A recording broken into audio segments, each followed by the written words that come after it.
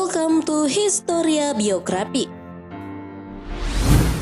Djilik Riwut, nama ini mungkin sangat asing bagi masyarakat Indonesia, tapi bagi masyarakat Kalimantan Tengah, beliau adalah pahlawan nasional Indonesia. Djilik Riwut pernah menjadi jurnalis dan aktif di dunia militer sebagai pasukan Angkatan Udara. Beliau juga adalah pelopor pertama pasukan terjun payung Angkatan Udara. Djilik juga adalah gubernur pertama Kalimantan Tengah dan pernah mengusulkan pemindahan ibu kota Indonesia di Palangkaraya. Bagi yang belum mengenal sosoknya, berikut fakta menarik Djilik Riwut. Tapi sebelum lanjut, kami ingatkan kembali untuk subscribe channel ini dan aktifkan lonceng notifikasi kamu untuk mendapatkan info dari Historia Biografi.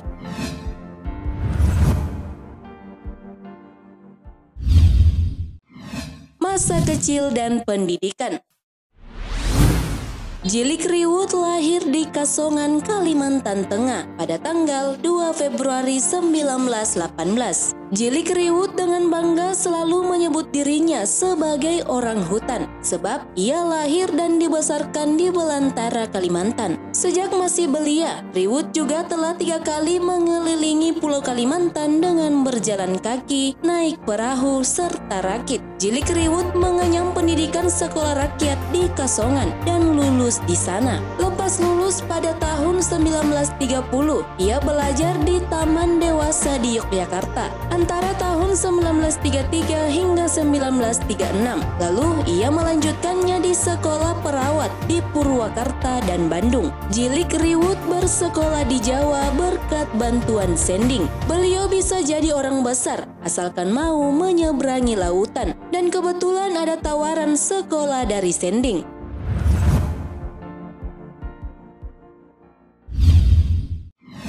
Menjadi jurnalistik dan memimpin pemuda Dayak.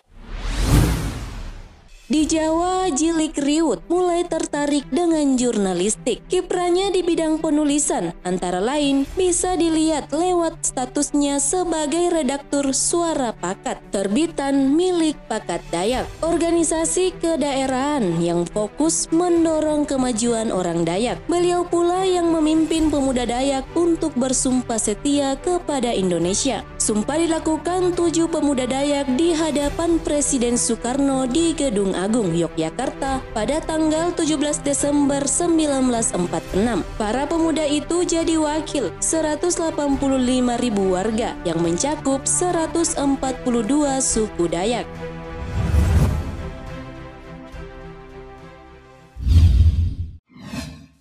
Djilik Riwut bergabung di dunia militer. Adapun karir militer Djilik Riwut menonjol sejak bergabung dalam pasukan MN 1001 pada tahun 1945. Kala itu Gubernur Kalimantan Muhammad Nur mesti berkedudukan di Yogyakarta karena sebagian besar wilayah Borneo dikuasai Mika, kaki tangan Belanda. Guna membebaskan Kalimantan, Muhammad Nur membentuk pasukan MN 1001 yang kerap disebut pasukan Muhammad Nur dengan 1001 cara. Djilik Riwut berpangkat mayor, menjadi salah satu komandan MN 1001. Ia terlibat dalam beberapa ekspedisi ke Kalimantan untuk menggalang warga bergerilya dan mendirikan pemerintahan darurat Republik Indonesia.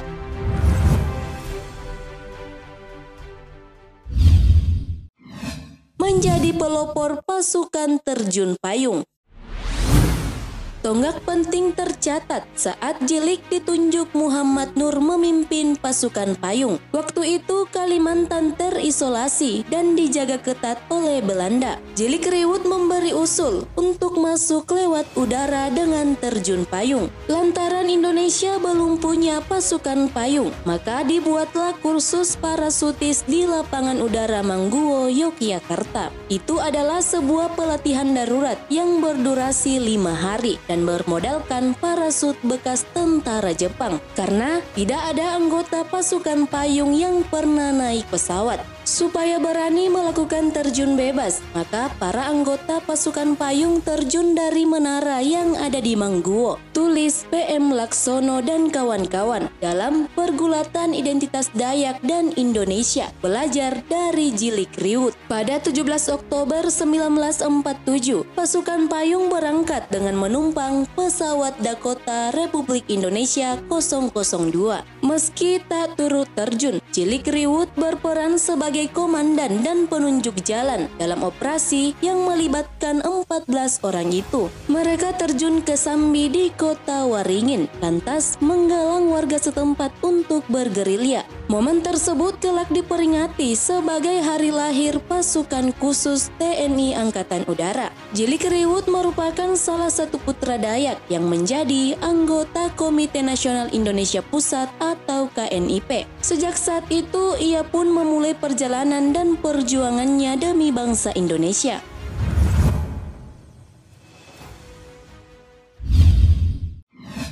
Menjadi bupati dan pelopor pembentukan Provinsi Kalimantan Tengah. 5 tahun setelah kemerdekaan, Jilik Riwut diangkat sebagai Wedana di Sampit. Tak lama berselang ia dilantik sebagai Bupati Kota Waringin Timur hingga tahun 1956. Antara tahun-tahun itulah muncul desakan membentuk Provinsi Kalimantan Tengah. Jilik Riwut pun menjadi tokoh penting dalam diplomasi pembentukan Provinsi ke-17 itu. Selaku Bupati Kota Waringin, ia mengirim telegram ke pemerintah pusat perihal keinginan orang Dayak dalam membentuk provinsi sendiri pada Oktober 1956. Menurut ahli sejarah Asia Tenggara Gary Van Klinken, Jilik Riwut adalah pemain kunci pembentukan Kalimantan Tengah sejak mengirim telegram itu. Awal tahun 1957 ia diangkat menjadi residen di kantor persiapan pembentukan Kalimantan Tengah yang berkedudukan di Banjarmasin, Kalimantan Selatan.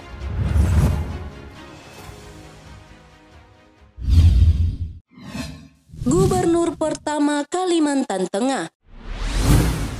Tak kala Kalimantan Tengah resmi terbentuk, nama Jilik Riwut mengemuka sebagai kandidat gubernur. Jilik punya karisma dan riwayatnya meyakinkan. Terdidik sebagai paramedis, ia telah berjuang sebagai gerilyawan Republik di pedalaman Borneo. Tulis Gary Van Klinken dalam pembentukan Provinsi Dayak di Kalimantan yang termuat pada buku Antara Daerah dan Negara Indonesia 1950-an. Suami Clementine Suparti itu resmi menjadi Gubernur Kalimantan Tengah pada tanggal 30 Juni 1958. Pembangunan Palangkaraya merupakan wujud kerjanya sebagai gubernur. Bila Soekarno disebut sebagai konseptor pembangunan Palangkaraya, Jilik Riwut adalah pelaksana proyek babat alas itu. Sebagai seorang gubernur, ia turut menebang pohon, mengangkat batu, beristirahat sambil tiduran bersama para pekerja. Tulis Laksono dan kawan-kawan, terbitan 2006.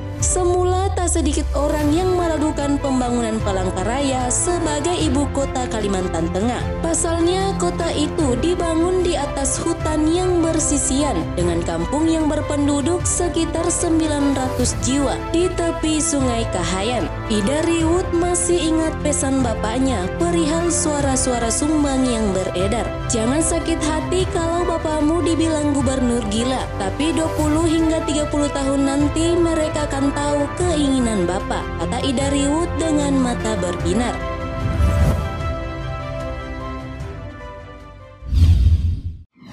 Mengusulkan pemindahan ibu kota Republik Indonesia ke Palangkaraya.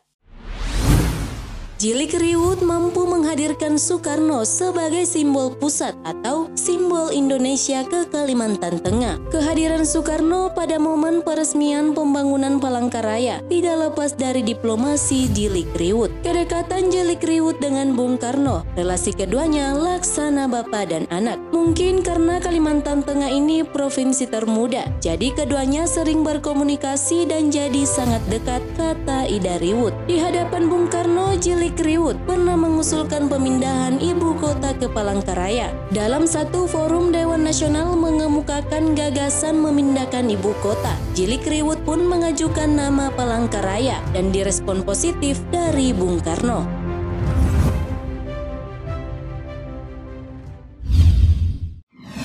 Gubernur yang suka blusukan. Jilik Riwut tak hanya karib dengan atasan, tetapi juga dekat dengan warga. Jauh sebelum istilah blusukan populer, Jilik Riwut telah lebih duluan melakukannya. Beliau tak segan menembus hutan dengan berjalan kaki berhari-hari demi bertemu dengan warga atau sekedar mengawasi pembangunan. Pun bila harus menyusuri sungai, ia tak sungkan menginap di perahu. Urusan makan pun demikian. Jilik bisa tiba-tiba masuk ke dalam rumah warga, menuju dapur dan minta makan. Yang punya rumah biasa bingung. Beliau seolah menunjukkan bahwa gubernur bisa makan menu yang sama dengan warganya, nasi dan ikan asin. Adapun Baramuli mengenang Jilik Riwut sebagai pejabat dan jujur. Saya tidak lihat ada motivasi memperkaya diri atau mencari uang untuk kepentingannya, kata Baramuli.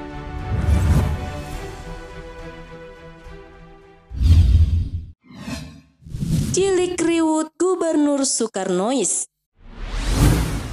Namun menyusul gerakan 30 September dan pergantian kekuasaan, Jilik Riwut diterpa badai politik. Pemilik lencana Marsikal pertama Anumerta itu mendapat stempel Gubernur Soekarnois dan mesti melepas jabatannya pada Februari 1967. Ida Riwut mengenang transisi itu beriring dengan sejumlah demonstrasi yang menyasar bapaknya. Belakangan beriring ramai isu pemindahan ibu kota. Orang-orang kembali menoleh pada usul Jilik Riwut, ihwal pemindahan pusat pemerintahan ke Palangkaraya. Bila wacana itu terwujud, genaplah mimpi Jilik Riwut membangun Palangkaraya. Mimpi yang pernah dituliskannya dalam puisi, jadikanlah hutan menjadi kota, membangun kota Palangkaraya. Sebagai tantangan pada penjajahan Belanda, mari bekerja bersemangat baja, Palangkaraya harus jadi demi kebahagiaan anak cucu kita.